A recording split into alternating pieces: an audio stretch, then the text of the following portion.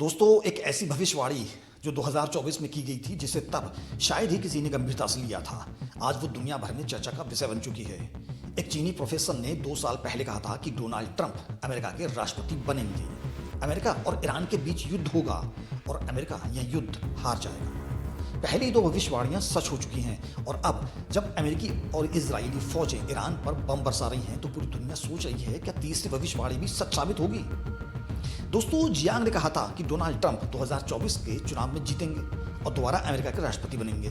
उस समय यह एक विवादास्पद दावा था, लेकिन नवंबर 2024 में हुआ क्या? ट्रंप ने धमाकेदार जीत दर्ज की और जनवरी 2025 में वो व्हाइट हाउस वापस लौटे। यानी पहली भविष्यवाणी सच साबित हुई। जियांग ने कहा था कि ट्रंप के नेतृत्व में अमेरिका ईरान के साथ युद्ध में उलझेगा। यह भविष्यवाणी भी 2024 में बहुत दूर की कौड़ी लगती थी, लेकिन जून 2025 में अमेरिका और इजराइल ने मिलकर ईरान के परमाणु ठिकानों पर हवाई हमले किए। इसे कहा गया ऑपरेशन मिडनाइट हैमर। 12 दिन का वह युद्ध और फिर फरवरी-मार्च 2026 में जब ट्रंप प्रशासन ने ईरान से परमाणु हथियार न बनाने की गारंटी मांगी और ईरान ने मना कर दिया, तो 28 फरवरी 2026 को ऑपरेशन एपिक फ्यूरी शुरू हुआ। अमेरिका और इजराइल ने मिलकर ईरान पर भारी हवाई हमले शुरू किए। यानी दूसरी भविष्यवाणी भी सच साबित हुई। अब बात करते हैं तीसरी भविष्यवाणी की, और यही है असली सवाल। जियांग ने कहा था कि वह युद्ध अमेरिका के लिए विनाशकारी साबित होगा। अमेरिका यह जंग हार जाएगा। इस भविष्यवाणी पर अभी भी दुनिया बटी हुई है, लेकिन जियांग के तर्क बेहद दिलचस्प हैं। जियांग सुइचिन ने अपने लेक्चर में और बाद में अमेरिकी न्यूज चैनल ब्रेकिंग पॉइंट्स पर जाकर अपनी बात समझाई थी। उन्होंने कहा, ईरान के पास अमेरिका से कहीं ज्यादा फायदे हैं इस युद्ध में। जियांग के मुताबिक ईरान ने पिछले 20 सालों से इसी युद्ध की तैयारी की है। जून 2025 में 12 दिनी युद्ध को ईरान ने एक ड्रेस रिहर्सल की तरह इस्तेमाल किया। उस दौरान उन्होंने इजरायली और अमेरिकी सेनाओं की मारक क्षमताओं को समझा और उसके बाद उसके पास 8 महीने थे पूरी तैयारी के लिए। दूसरा तर्क, ईरान एक विशाल देश है, पहाड़ी इलाके, दुर्गम भूभाग और 9 करोड़ की आबादी, जो किसी भी विदेशी हमलावर का विरोध करने के लिए एकजुट हो सकती है। जियांग ने इसकी तुलना एथेंस के सिसिलियन अभियान से की, जो प्लेशियन वॉर में एथेंस की सबसे बड़ी गलती थी और जिससे उसका पतन शुरू हुआ। तीसरा तर्क, ईरान के पास क्षेत्रीय मिलिशिया और प्रॉक्सी का एक मजबूत नेटवर्क है। हुती, हिजबुल्ला और अन्य समूह ये अमेरिका की कमजोरियों को समझते हैं और उनका फायदा उठाने में माहिर हैं। चौथा तर्क, जियांग कहते हैं कि यह एक लंबे हिसाब का युद्ध बनेगा, जिसमें अमेरिका जितना खर्च करेगा उतना वो झेल नहीं पाएगा। और यहीं से जुड़ता है एक बेहद महत्वपूर्ण पहलू, और वो है अमेरिका की असली कमजोरी, यानी अब मिसाइलों की कमी।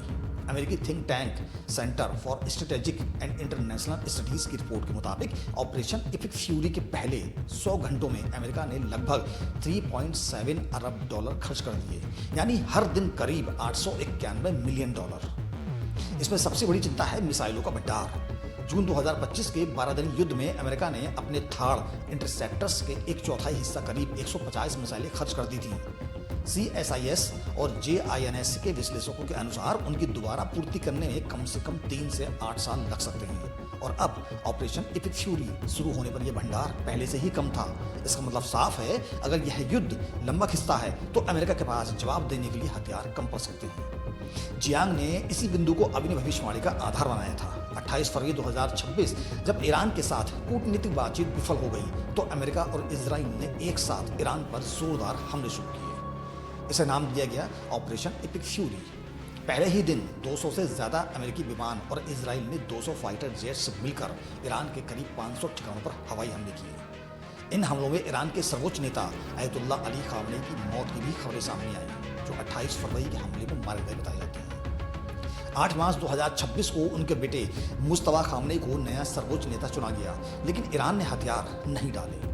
ईरानी विदेश मंत्री अब्बास अराक्ची ने NBC को दिए इंटरव्यू में साफ कहा था कि हमने सीज फायर नहीं मांगा।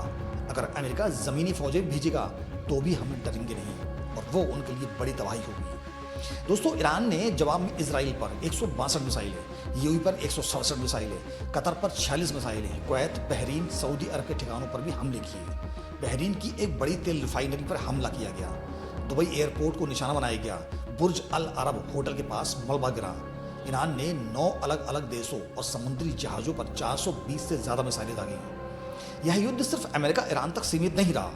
यूएई, कतर, कुवैत, बहरीन समेत तमाम खाड़ी देश ईरानी हमलों की चपेट में आ गए। दोस्तों, अमेरिका के पास दुनिया की सबसे ताकतवर वायुसेना है। पहले ही हफ्ते में ईरान की वायुसेना 80% तक नष्ट की जा चुकी है। उसकी नौसेना तबाह है, मिसाइल क्षमता 90% तक घट चुकी है। यह ऑपरेशन निर्धारित लक्ष्यों से आगे जा रहा है। लेकिन एयर सुपीरियरिटी अलग है, जंग जीतना अलग। वियतनाम में भी अमेरिकी वायुसेना ने श्रेष्ठता हासिल की थी, पर युद्ध नहीं जीता। ईरान लंबी जंग लड़ने में माहिर है। उसके प्रॉक्सी नेटवर्क अभी भी सक्रिय हैं और अमेरिका का हथियार भंडार सीमित है। अगर यह जंग लंबी खिंची तो अमेरिका को इंडस्ट्रियल बेस कंस्ट्रक्शन का सामना करना पड़ेगा। साफ शब्दों में कहें तो अमेरिका जितनी तेजी से हथियार खर्च कर रहा है, उतनी तेजी से वो बना नहीं पा रहा। अब सवाल उठता है कि अमेरिका और इजराइल ने ईरान को भारी नुकसान पहुंचाया है। उसकी वायु रक्षा, नौसेना, मिसाइल, बुनियादी ढांचे, सब कुछ बड़े पैमाने पर तबाह हो चुका है। लेकिन युद्ध जीतना सिर्फ बम गिराने से नहीं होता। इतिहास गवाह है कि जर्मनी ने सोवियत संघ पर सबसे तेज और सबसे शक्तिशाली हमला किया था, लेकिन आखिर में हार गया। अमेरिका ने वियतनाम में वायु श्रेष्ठता हासिल की, लेकिन आखिर में हार गया।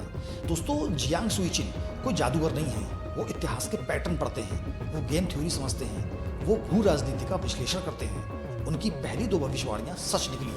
तीसरी का जवाब अभी नहीं मिला है, क्योंकि यह जंग अभी जारी है। लेकिन एक बात तय है, दुनिया बदल रही है, मिडिल ईस्ट जल रहा है, तेल महंगा हो रहा है और हर दिन के साथ यह संघर्ष और गहरा होता जा रहा है। क्या अमेरिका जीतेगा? क्या ईरान टिकेगा? क्या चीन के नास्त्रदामस की तीसरी भविष्यवाणी सच होगी? इन सवालों को जवाब इतिहास देगा। हम आपको इस जंग का हर अपडेट देते रहेंगे, तो जुड़े रहिए हमारे साथ। मिलते हैं एक और सच्ची खबर वीडियो से। तब तक के लिए अपना ख्याल रखिएगा। जय हिंद, अल्लाह हाफिज़।